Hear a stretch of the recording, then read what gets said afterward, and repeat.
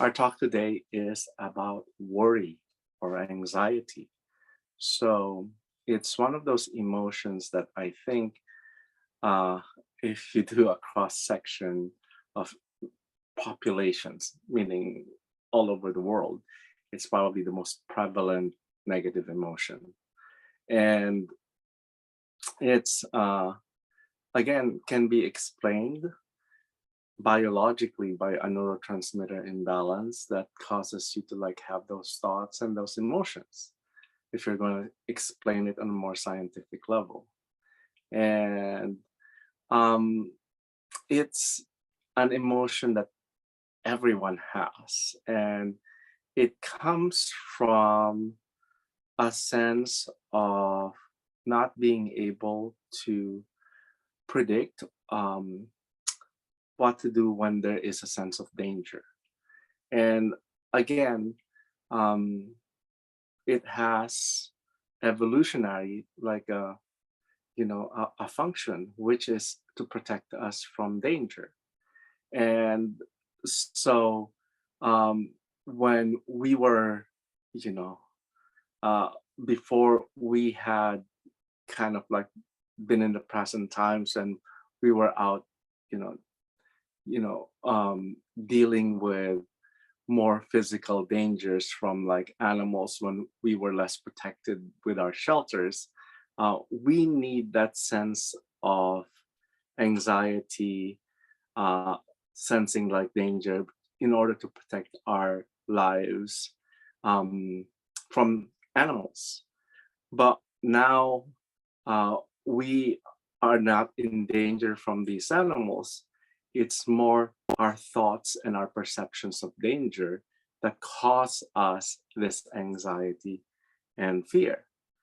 Um, and it's interesting because it seems to overshoot the stressor that we have. For example, if we lost our set of keys, and it's important for have to have a sense of like anxiety then because we want to look for like the keys. We need to use those keys to like get into our place.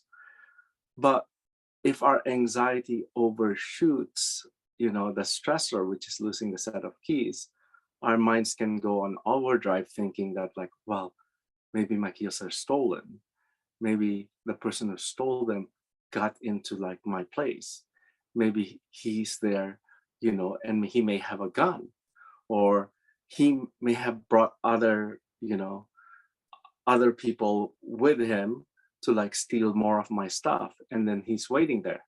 And so it's interesting because what tends to happen is that we tend to overshoot now the level of stress that we have. Like our anxiety goes way beyond what's needed.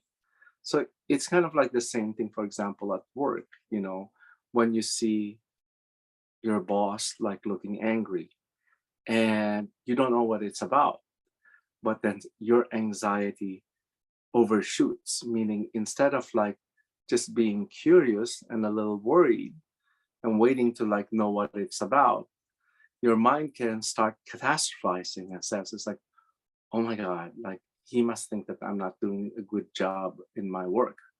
And if, you know, he might write me up, or like he might, acc- he- you know, he might, start accumulating evidence that I'm not good at our work. He might like fire me. So, so basically it escalates. And I know that I've been like that since I was like young. I part of it is genetic, a part of it I inherited from my mom and how she was. She had panic disorder, so she was very anxious and wants to control everything around her in order for her to like feel safe. And so I became like that until it became too much, wherein I felt like I had to control everything around me in order for me to like feel calm. And it sucked the energy out of me because it basically put me in a, you know, fight or flight mode. And so what I needed to like do was really, develop and take in practices that calm me down, that put me into the parts of my brain that with the brain waves that are calm, which is like theta and delta. And so, for me, the most powerful one is like meditation, and meditation on Twin Hearts. The one we're doing is, you know, my most powerful antidote to anxiety because, you know, it puts me into the brainwave of theta and delta, which is calm. And also, it's scientifically backed because they've done a study comparing meditation on Twin Hearts to this mindfulness meditation, which is also good. But meditation on Twin Hearts is better at emotional regulation overall, which is powerful.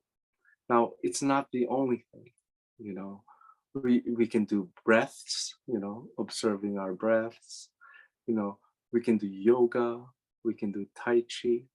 Some people take medication, some people take herbs, some people have supplements.